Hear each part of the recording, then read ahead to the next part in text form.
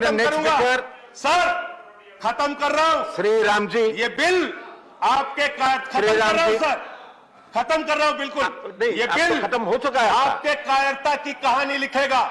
ये बिल आपके भगोड़ेपन की कहानी लिखेगा। ये बिल आपके संविधान को कुचलने की कहानी लिखेगा। ये बिल आपके द्वारा चुनाव आयोग को समाप्त करने की कहानी लिखेगा। और आप ऑर्डर में रखिए, आप बैठ जाए, आप बोलिए। धन्यवाद मान्यवर कि आपने मुझे इस बिल पर बोलने का अवसर दिया, और साथ ही धन्यवाद करना चाहता हूं अपनी पार्टी की मुखिया बहन कुमारी मायावती जी को भी।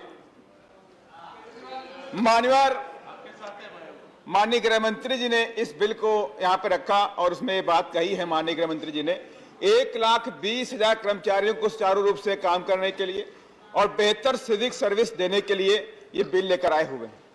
मान्यवर, समस्याओं का निस्तारण आवश्यक है, चाहे वो सफाई कर्मचारियों को लेकर हो, चाहे वो दिल्ली की सफाई को लेकर के हो। मान्यवर, तमाम रिपोर्टों से, तमाम लोगों से बातचीत करने पर यह मालूम हुआ कि दिल्ली में जो एमसीडी में कर्मचारी हैं उन्हें 5 से 6 महीने की तनख्वाह नहीं मिली, और इसके अलावा मान्यवर रिटायर कर्मचारियों को 5 से 6 महीने की पेंशन नहीं मिली है। साथ ही मान्यवर, सफाई का काम करने वालों को कोई सेफ्टी इंस्ट्रूमेंट नहीं मिलता है, कोई आधुनिक इक्विपमेंट नहीं मिलता है, जिसकी वजह से दिल्ली के अंदर पिछले 5 सालों में 300 लोगों ने अपनी जान गंवाई है सीवर और सेफ्टी टैंकों में काम करने पर।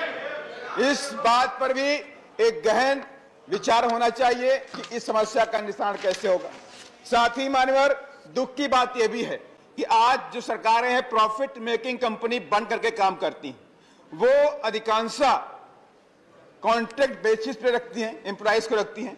ऐसा काम जिससे मानसिक और शारीरिक तकलीफ होती है, इस काम को करने से उनको 5 से 10 हजार रुपए महीना सिर्फ वेतन मिलता है। अगर उनकी मौत हो जाती है तो उसके परिवार वालों को बेहतर मुआवजा भी नहीं मिलता है। ये ऐसा कई जगह पर देखा गया है।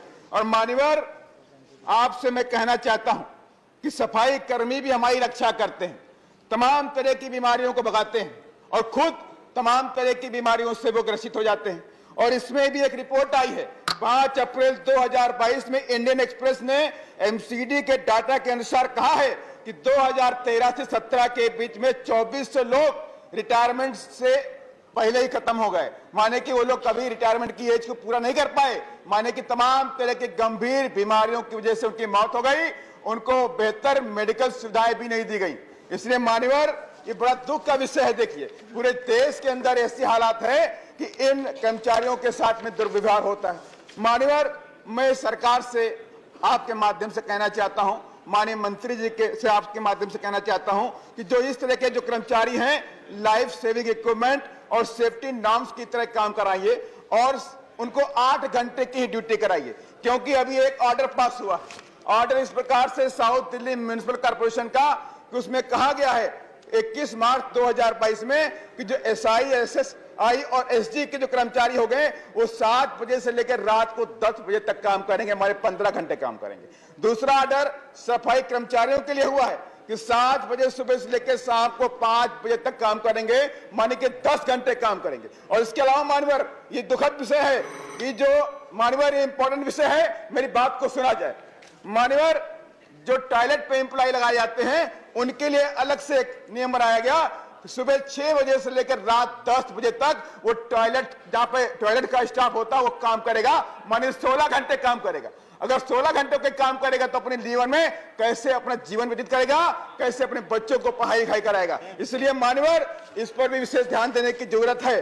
और मान्यवर, मैं मान्यवर, धन्यवाद। आपके माध्यम से लास्ट पॉइंट है माननीय, कि मैं माननीय मंत्री जी से रिक्वेस्ट करना चाहता हूं कि 2007 से लेकर 2012 में उत्तर प्रदेश में माननीय बहन जी की सरकार थी, 1,08,000 सफाई कर्मचारियों की सरकारी भर्ती की गई, लेकिन उसके तहत उन तमाम परिवारों को रोजगार मिल गया। ऐसी ही भर्ती दिल्ली के अंदर भी की जाए कि कोई भी कॉन्ट्रैक्ट बेसिस पे काम ना हो, ये सरकारी भर्ती के तहत काम कराया जाए। धन्यवाद, धन्यवाद। मुआवजा भी, इनकी मौत पर कम से कम 50 लाख रुपए का मुआवजा सरकार देने का काम करे, यही मेरा आप सबसे निवेदन है। धन्यवाद। धन्यवाद। Vinay Vishwam ji. Thank you sir.